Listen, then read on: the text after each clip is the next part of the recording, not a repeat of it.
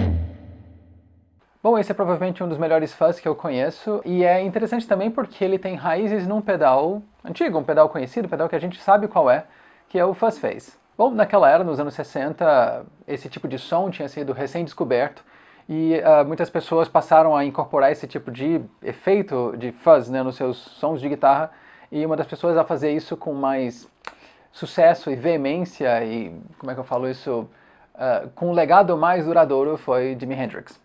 Interessante, o legado duradouro de um cara cuja carreira realmente durou uns 3 anos, né? Mas enfim, o impacto que a pessoa tem, o artista tem, né, na humanidade. Bom, eu falei que ele é um pedal com raízes nesse Fuzz Face. O Fuzz Face é um pedal muito cheio de peculiaridade, cheio de questões complicadas de design. É um design relativamente rudimentar, até porque eram os primórdios dos desenvolvimentos dos pedais de efeitos para guitarra, pelo menos em formato de pedal. E não é um absurdo considerar que um projeto que foi começado nos anos 60 se beneficiaria de atualizações, de melhoras nesse circuito. É justamente o caso do Bog. Aliás, Bog é uma sigla que vem do disco do Jimi Hendrix, que é o Band of Gypsys, né? Band of Gypsys, Bog. E fica bem claro que a inspiração por trás desse pedal é o uso que o Hendrix fez dos Fuzz Face naquela época.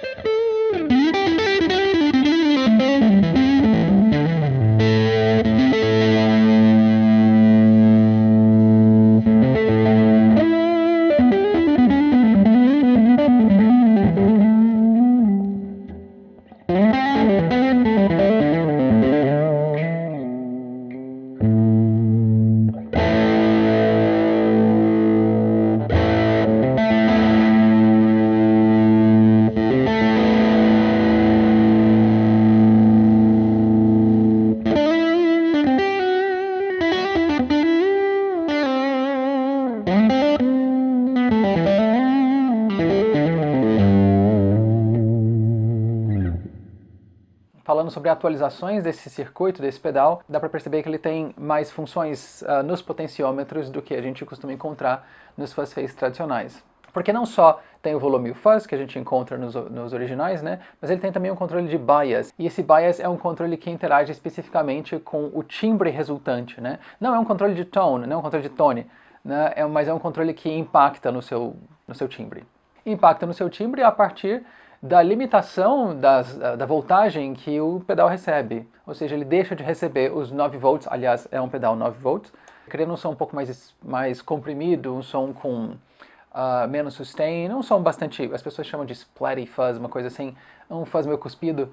Para além disso, ele tem 2 controles de moldagem do seu som com relação ao timbre, mais especificamente assim. O controle aqui de brights são os highs, basicamente são os controles de agudos, ou pelo menos uma equalização que lida com os agudos predominantemente, e o controle de lows aqui, os graves. Essa é uma outra característica que difere desse pedal dos Fuzz Face originais, né, e faz com que ele seja bastante mais versátil. Porque você consegue manipular o seu som e ter uma variação timbrística que oscila ali entre uma sonoridade que mais se associa aos transistores de silício e ele vai até os transistores, uma sonoridade dos transistores de germânio, pelo menos é uma impressão sonora que eu tenho a partir desse pedal. Quando você especialmente usa os controles aqui de baixo, né, de graves e agudos para fazer essa moldagem do seu som. Porque os de germânio geralmente são conhecidos por terem graves muito graves, graves meio embolados, ou graves um pouco definidos, né? E os agudos um pouco mais amaciados também. Os de silício têm uma característica de um pouco mais brilhante, um pouco mais serrátil, alguma coisa assim, né? Uma granulação diferente na distorção. E você consegue passear um pouco por essas duas vertentes de som, embora não seja a maneira mais autêntica de se conseguir um timbre de germânio e tudo mais, mas eu acho que isso é realmente muito imaterial. O que importa é realmente como ele soa, né?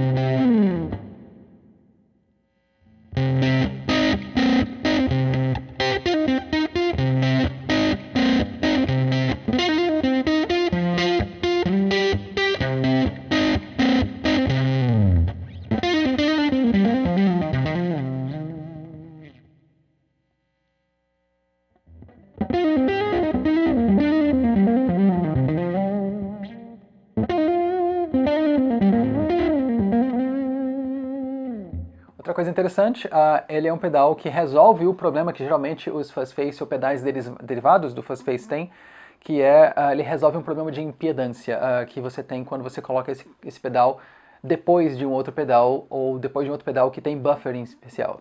Então você pode colocar ele em qualquer posição da sua cadeia, faz com que ele seja também mais versátil, mais um ponto de versatilidade para ele. Bom, mais coisas a respeito dele, é super bem construído. E um atestado de que esse pedal aqui realmente tem bastante qualidade é o fato de que ícones da guitarra atual têm usado esse pedal recorrentemente. A gente pode falar do Josh Smith, um cara sobre quem eu já falei várias vezes nesse canal. E dá pra falar também sobre o Scott Holiday do Rival Sons, que é um cara também, uma certa autoridade em timbres, especialmente em fuzz. Uma coisa interessante a respeito do visual dele, né, é que ele tem essa abertura aqui na frente, essa abertura no metal, né? E o LED que ele tem, esse LED que indica que ele está ligado, não é como nos outros pedais, ele não é uma luzinha em cima do pedal, a luz é interna. E aí quando você liga o pedal, esse LED que está interno, ele se expande a partir de uma peça de acrílico que fica aqui na frente, né, embaixo da caixa. E aí ele ilumina toda essa abertura aqui, fica bem bonito nas fotos. Uma outra coisa legal que eu gosto desse pedal é o fato de que ele não é um micro pedal. Dá pra perceber que ele é grandão, e eu não sei se seria realmente necessário que ele fosse grandão. Talvez eles conseguissem diminuir o tamanho dele, assim, apertando o circuito lá dentro, assim, desenvolvendo o circuito mais apertadinho e tal. Mas eu acho super legal que ele seja grande, porque é uma coisa que se associa também aos pedais antigos, né? Os pedais antigos eram grandes, né? Essa coisa de micro pedais, não sei, é interessante saber porque eles não estão indo na moda, né? Eles estão indo um pouco contra a corrente. Eu acho que isso exige uma certa coragem de ser contra a tendência, né? Eu acho isso autêntico. Uma coisa que eu queria saber de vocês é se vocês se incomodam com pedais grandes, vocês gostam só de pedais pequenininhos. Eu sei que a questão do espaço no board é realmente de se considerar, né? Mas eu tenho uma certa afeição por pedais maiores, mesmo que eles ocupem mais espaço no board. Eu acho os pequenininhos um pouco sem personalidade, pelo menos do ponto de vista visual, né? Vocês acham isso importante? Me contem aí, eu queria saber. Bom, e por hoje é isso. E se você gosta de reviews, de comentários sobre música, sobre guitarra, sobre equipamento, demos, essas coisas todas, você pode dar uma olhada nos vídeos anteriores do canal, tem bastante coisa lá. E se você gosta desse tipo de conteúdo, você pode se inscrever, você pode acionar esse sininho das notificações para você receber as notificações dos vídeos que saem toda semana. E se você tem perguntas, se tem comentários, deixa aí, a gente vai conversando ali nessa caixinha de comentários e a gente se vê no próximo vídeo, beleza? Então é isso aí, então tchau!